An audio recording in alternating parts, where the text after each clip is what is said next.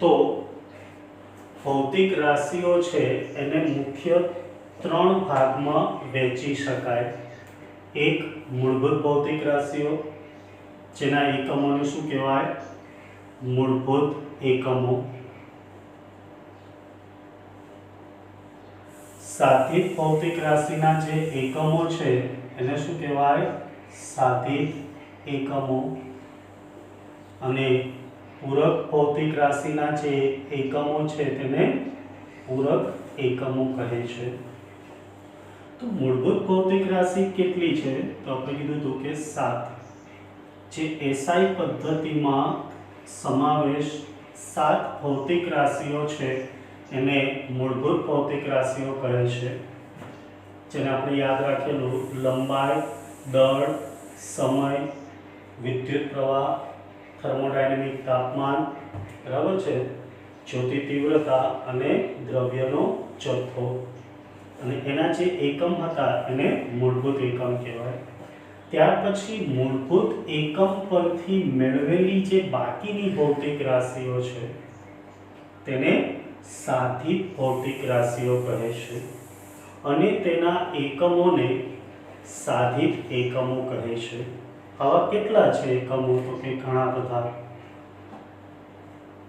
ત્યાર પછી આપણે કીધું હતું કે અમુક રાશિ એવી છે જે મૂળભૂત નથી અને મૂળભૂત પરથી મેળવી પણ શકાતી નથી. તો આવી ભૌતિક રાશિઓને આપણે પૂરક ભૌતિક રાશિઓ કીધું હતું. અને તેના એકમોને પૂરક એકમો કહે છે. તો પૂરક ભૌતિક રાશિ તરીકે આપણે બે લીધું હતું. એક સમતલ કોણ, જેનો એકમ રેડિયન, જેની સંજ્ઞા RAD. અને બીજું ઘનકોણ, જેનો એકમ સ્ટીરેડિયન, જેની સંજ્ઞા SR. તો આ જે છે એ આખું એકમ વિશેની વાત હતી. હવે આપણે સેકન્ડ પોઈન્ટ એટલે કે માપનમાં જવાનું હતું, બરાબર છે. તો આપણે માપનમાં 3 માપન જોવાના છે: લંબાઈનું માપન, દળનું માપન અને સમયનું માપન. જેમાંથી લંબાઈનું માપન છે એ આપણા માટે અગત્યનું છે, બરાબર છે. તો આપણે જોઈએ લંબાઈનું માપન.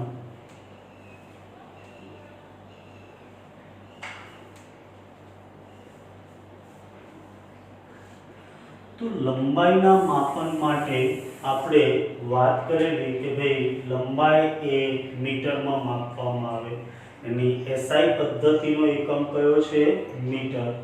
પણ જો કોઈ લાંબા અંતરો હોય તો એ કિલોમીટર, એના જેવા એકમોમાં પણ માપવામાં આવે.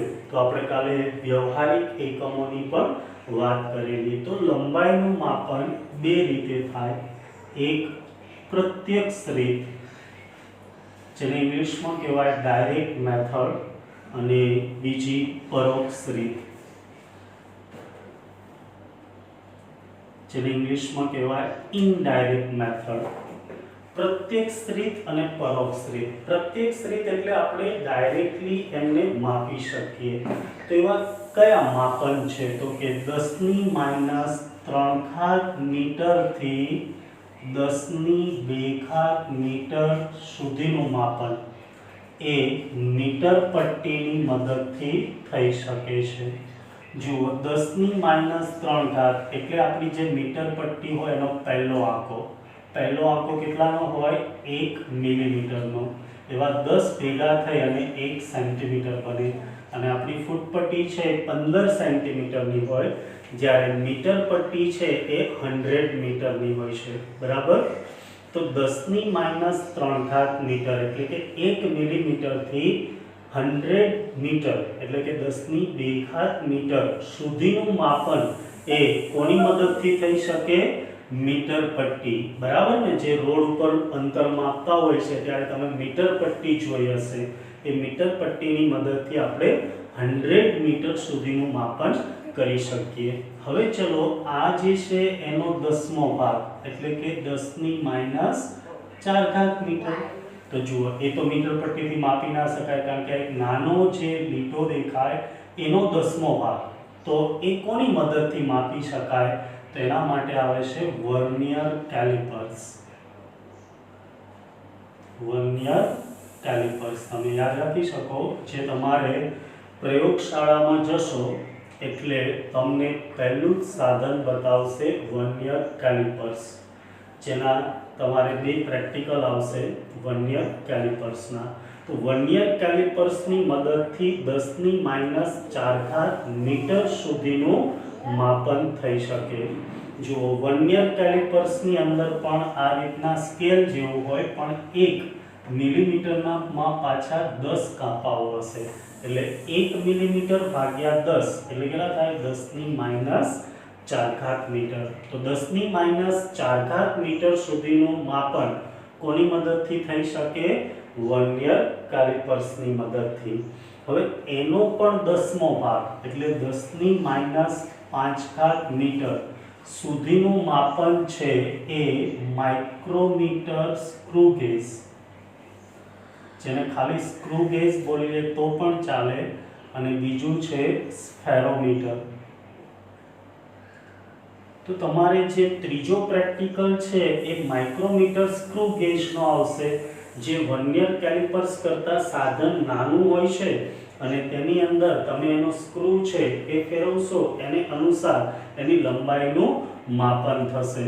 તો 10⁻⁴ મીટર સુધીનું માપન વર્નિયર કેલિપર્સની મદદથી અને 10⁻⁵ મીટર સુધીનું માપન કોની મદદથી થઈ શકે? માઇક્રોમીટર સ્ક્રૂ ગેજ અથવા સ્ફેરોમીટર. તો ડાયરેક્ટ પણ કહી શકાય સ્ક્રૂ ગેજ અથવા સ્ફેરોમીટર. બરાબર. તો આ જે છે પ્રત્યક્ષ રીત છે કે જે આપણે સાધનની મદદથી ડાયરેક્ટલી માપી શકીએ, પણ અમુક અંતરો એવા છે કે જે આપણે ડાયરેક્ટલી માપી શકતા નથી. દાખલા તરીકે પૃથ્વીથી ચંદ્રનું અંતર, પૃથ્વીથી ગુરુનું અંતર, આમ પૃથ્વીથી કોઈ પણ ગ્રહનું અંતર અથવા 2 ગ્રહો વચ્ચેનું અંતર, તો એ આપણે મીટર પટ્ટીથી માપી શકતા નથી. બરાબર ને? કોઈને એમ ના કહેવાય ચલ એક છેડો રાખ, બીજો છેડો લઈ અને હું ચંદ્ર પર જઉં છું, આમ જઈ શકાય નહીં. તો આપણે એને ડાયરેક્ટલી માપી શકતા નથી. તો ત્યાં કઈ રીત વપરાય? પરોક્ષ રીત.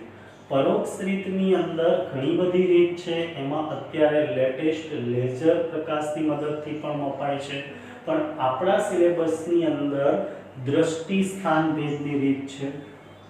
કઈ રીત છે? દ્રષ્ટિ સ્થાન ભેદની રીત. ચલો, તો પહેલો પ્રશ્ન એ થાય કે ભાઈ આ દ્રષ્ટિ સ્થાન ભેદ એટલે શું?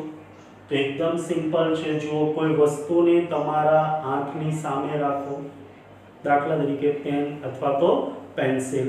ચલો, પેન્સિલને તમારી આંખની સામે રાખી અને પહેલા એને તમે ડાબી આંખથી જુઓ, જેને આપણે નામ આપી દઈએ એ. ચલો, આ તમારી ડાબી આંખ છે, આ પેન્સિલ છે, એને તમે જોશો. ત્યાર પછી એને 2 આંખ વચ્ચેનું અંતર બહુ ઓછું હોય, પણ આપણે અહીંયા બતાવવા માટે જમણી આંખ વડે જુઓ, તો તમને વસ્તુ એક જ સ્થાને હોવા છતાં એનું સ્થાન અલગ અલગ દેખાશે. બસ એને કહેવાય દ્રષ્ટિ સ્થાન ભેદ. જુઓ, શું કહેવાય એને? દ્રષ્ટિ સ્થાન ભેદ.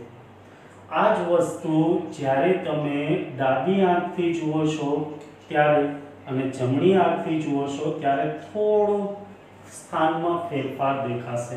બસ એ સ્થાનના ફેરફારને દ્રષ્ટિ સ્થાન ભેદ કહે છે. અને આ 2 આંખો વચ્ચેનું જે અંતર છે એને બેઝિસ અથવા તો બેઝ અને ગુજરાતીમાં કહીએ તો પાયો કહે છે. તો દ્રષ્ટિ સ્થાન ભેદ એટલે શું ખબર પડી ગઈ? પહેલા એક પેન્સિલને તમારી આંખની સામે રાખો. પહેલા ફક્ત ડાબી આંખ વડે, એટલે કે જમણી આંખ બંધ રાખવાની, ડાબી આંખ વડે જુઓ. ત્યારબાદ ફક્ત જમણી આંખ વડે જુઓ. બંને કિસ્સામાં પેન્સિલનું સ્થાન બદલાય છે. બસ આ બાબતને દ્રષ્ટિ સ્થાન ભેદ કહે છે. બરાબર છે?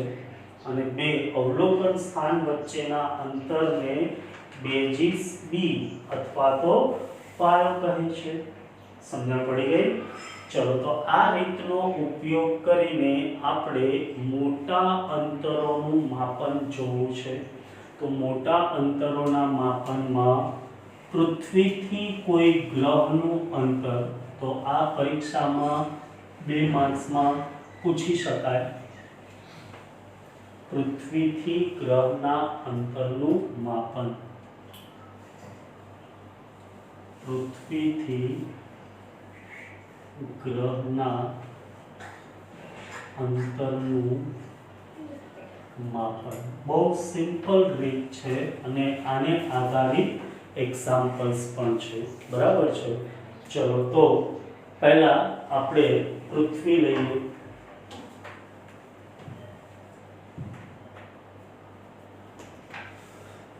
ચલો આ આપણી સરસ મજાની પૃથ્વી છે. બરાબર છે? આ પૃથ્વીનો વ્યાસ.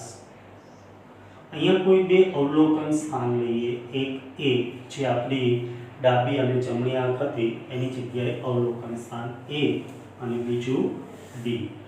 તો આ બે અવલોકન સ્થાન વચ્ચેનું અંતર છે, જેને બીજું શું કહેવાય? હમણાં આપણે કીધું હતું પાયો, જેને શેના વડે દર્શાવાય? બી વડે. કેમ? કારણ કે આને બેઝિસ કહે છે. ચલો અહીંયા કોઈ ગ્રહ છે જેને S વડે દર્શાવીએ. તો એથી તમે ગ્રહને જોશો તો આ એક અવલોકન દિશા મળશે, જેને શું કહેવાય? AS. B થી તમે ગ્રહને જોશો એટલે આ એક દિશા મળશે, જેને શું કહેવાય? BS. આ બે અવલોકન દિશા છે, AS અને BS, જેને કેપિટલ D કહેવાય. બસ એ આપણે શોધવું છે, જેને કહેવાય પૃથ્વીથી ગ્રહનું અંતર. કારણ કે આ પૃથ્વી છે, આ ગ્રહ છે, એમની વચ્ચેના અંતરને શું કહેવાય? Capital D. આ AS અને BS એ અવલોકન દિશા છે. બંને અવલોકન દિશા વચ્ચે બનતો ખૂણો, જેને આપણે કહીએ થીટા. બરાબર? તો આકૃતિ દરેકને ખબર પડી ગઈ. આ આપણી પૃથ્વી છે, આ બેના અવલોકન સ્થાન છે. બંને અવલોકન સ્થાન પરથી એકી સાથે કોઈ ગ્રહનું અવલોકન કરતા. ભાઈ ગ્રહ જોવા માટે નરી આંખે ના દેખાય, એના માટે શેનો ઉપયોગ કરવો પડે? ટેલિસ્કોપ. બરાબર છે? તો પૃથ્વી પરના બે અવલોકન સ્થાન કોણ છે?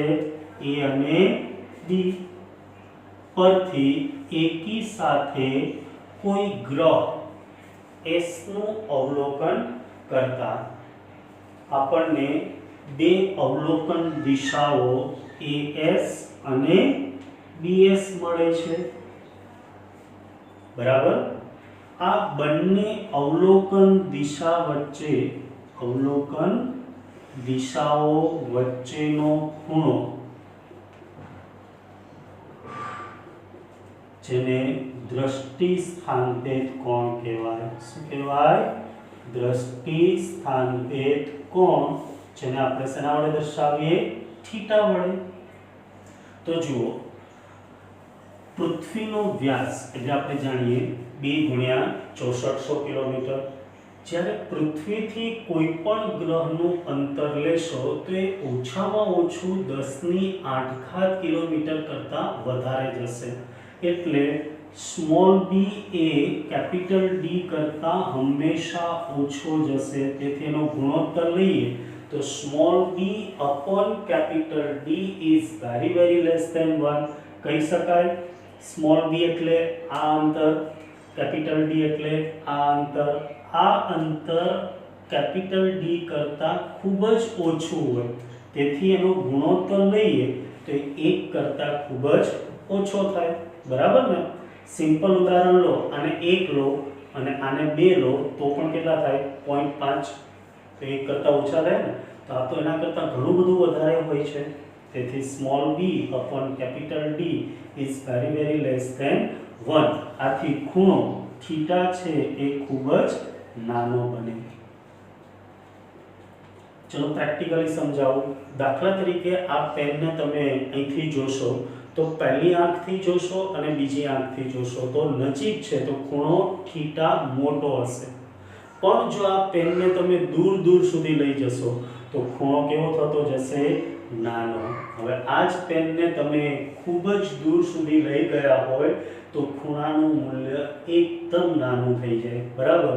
આપણે મહેસાણાની વાત કરીએ તો મહેસાણાથી છેક તમે અમદાવાદ સુધી લઈ જાઓ તો થીટા કેવો થઈ જાય? નાનો.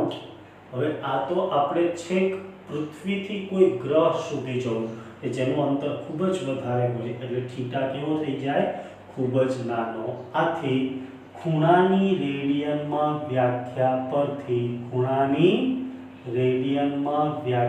પરથી જુઓ, એટલા માટે જ આપણે પહેલા બેઝિક મેથ્સ ભણેલા જેની અંદર મેં તમને ખૂણો શીખવાડેલો. તો ખૂણાની રેડિયનમાં વ્યાખ્યા શું કહે છે? ખૂણો બરાબર ચાપ ભાગ્યા ત્રિજ્યા. દરેકને યાદ હશે, આપણે પહેલા દિવસે અને ફરીથી પાછું એને રિપીટ કરેલું કે ભાઈ ચાપ અને ત્રિજ્યાના ગુણોત્તરને ખૂણો કહે છે. તો દેખો અહીંયા ખૂણો કોણ છે? થીટા. ચાપ તો કે આને કેન્દ્ર તરીકે લો તો આ ચાપ મારી કહેવાય તો AB, અને ત્રિજ્યા કોણ થશે? તો કે AS અથવા BS, બંને સમાન જ હોય એટલે AB/AS. ચલો તો અહીંયા થીટા બરાબર AB એટલે શું? સ્મોલ b, જેને આપણે પાયો અથવા બે અવલોકન સ્થાન વચ્ચેનું અંતર કહેવાય. AS એટલે કેપિટલ D, તો જેને પૃથ્વીથી ગ્રહનું અંતર કહેવાય. આપણે જોઈએ છે પૃથ્વીથી ગ્રહનું અંતર એટલે કે કેપિટલ D = B/θ. આ સૂત્રનો ઉપયોગ કરી આપણે પૃથ્વીથી કોઈ પણ ગ્રહનું અંતર માપી શકીએ. બરાબર. ફરીથી યાદ રાખજો, અહીં કેપિટલ D એટલે શું? પૃથ્વીથી ગ્રહનું અંતર. સ્મોલ b એટલે શું? પૃથ્વીનો વ્યાસ અથવા બે અવલોકન સ્થાન વચ્ચેનું અંતર.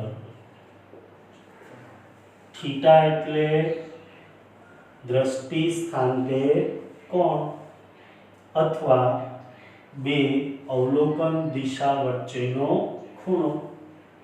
ખાસ ધ્યાન રાખજો, હવેથી આપણા સૂત્ર ચાલુ થાય છે એટલે એના દાખલા આવશે.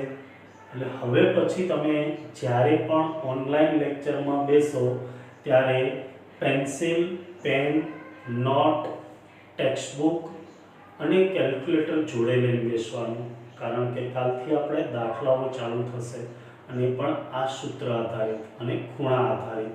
તો કાલે આપણે આને આધારિત ઘણા બધા દાખલાઓ ભણીશું. તો દરેક કેલ્ક્યુલેટર, પેન, પેન્સિલ, નોટબુક અને ટેક્સ્ટબુક આટલું જોડી રાખશે. બરાબર છે? ઓકે, ચલો તો ફરીથી એક નજર નાખીએ પૃથ્વીથી ગ્રહના અંતરનું માપન, અને પછી આની એક બીજી નાની રીત છે એ પણ જોઈએ. તો પહેલા પૃથ્વીથી કોઈ પણ ગ્રહનું અંતર માપવું હોય તો આપણે પહેલા પૃથ્વી લેવી પડે અને કોઈ એક ગ્રહ ધ્યાનમાં લેવો પડે. બરાબર. ચલો પૃથ્વી પરથી આપણે બે અવલોકન સ્થાન લઈએ, એક A અને બીજું B.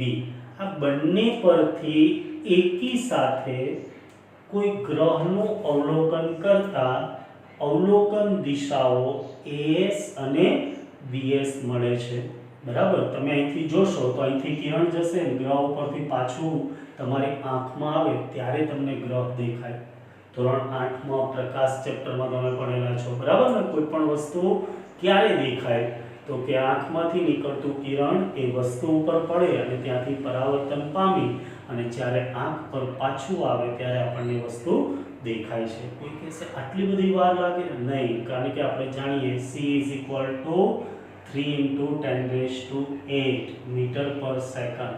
આ પ્રકાશનો વેગ છે.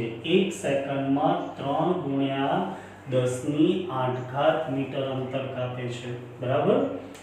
ચલો તો આ રીતે બે અવલોકન દિશા મળશે, AS અને બીજું BS. હવે દ્રષ્ટિ સ્થાન ભેદની રીત જોઈએ એ પ્રમાણે આ બે અવલોકન સ્થાન વચ્ચે ખૂણો બને છે, જેને શું કહેવાય? થીટા, એટલે કે દ્રષ્ટિ સ્થાન ભેદ કોણ. જુઓ, એટલા માટે જ અંતર વધારે હોય તો એને આપણે પૃથ્વી પરથી જોઈશું તો દરેક વખતે આપણને મૂળ સ્થાને, દાખલા તરીકે જુઓ ચંદ્રને તમે ગમે ત્યાંથી જોશો તમને એમ જ લાગશે કે એ આપણી ઉપર છે, બરાબર ને? તમે ગમે તે સ્થાનેથી તેને જોશો તો એ ઉપર દેખાશે, રાઈટ? એટલા માટે આપણે ચંદ્ર છે એને જોઈએ અને કદાચ આપણે ગમે એટલું દોડશું, ત્યાં જે અટકી જઈશું, તેમ છતાંય ચંદ્ર આપણને ઉપર દેખાશે, જેનું કારણ છે દ્રષ્ટિ સ્થાન ભેદ. ચલો, તો આ દ્રષ્ટિ સ્થાન ભેદ કોણ છે એના સૂત્ર માટે આપણે કોનો ઉપયોગ કર્યો? ખૂણાનો. કે ભાઈ ખૂણો બરાબર ચાપ ભાગ્યા ત્રિજ્યા. તેથી અહીંયા ખૂણા તરીકે કોણ છે? થીટા. ચાપ કોણ છે? AB અને ત્રિજ્યા AS, એટલે AB upon AS. તેથી થીટા બરાબર small b upon capital D. આ સૂત્ર ખાસ યાદ રાખજો. આને આધારિત કાલે આપણે મોસ્ટ આઈએમપી દાખલો એટલે કે ઉદાહરણ 2.3 ગણીશું, બરાબર છે? ચલો, આને આધારિત એક બીજી નાની રીત જોઈએ. દરેક આનો સ્ક્રીનશોટ લઈ લેજો. ઓકે, આના ઉપરથી તમારી બુકમાં ડાયરેક્ટ આપી દીધું છે, પણ હું એક નાનો પોઈન્ટ ચલાવું. ગ્રહ કે તારાના પરિમાણનું માપન.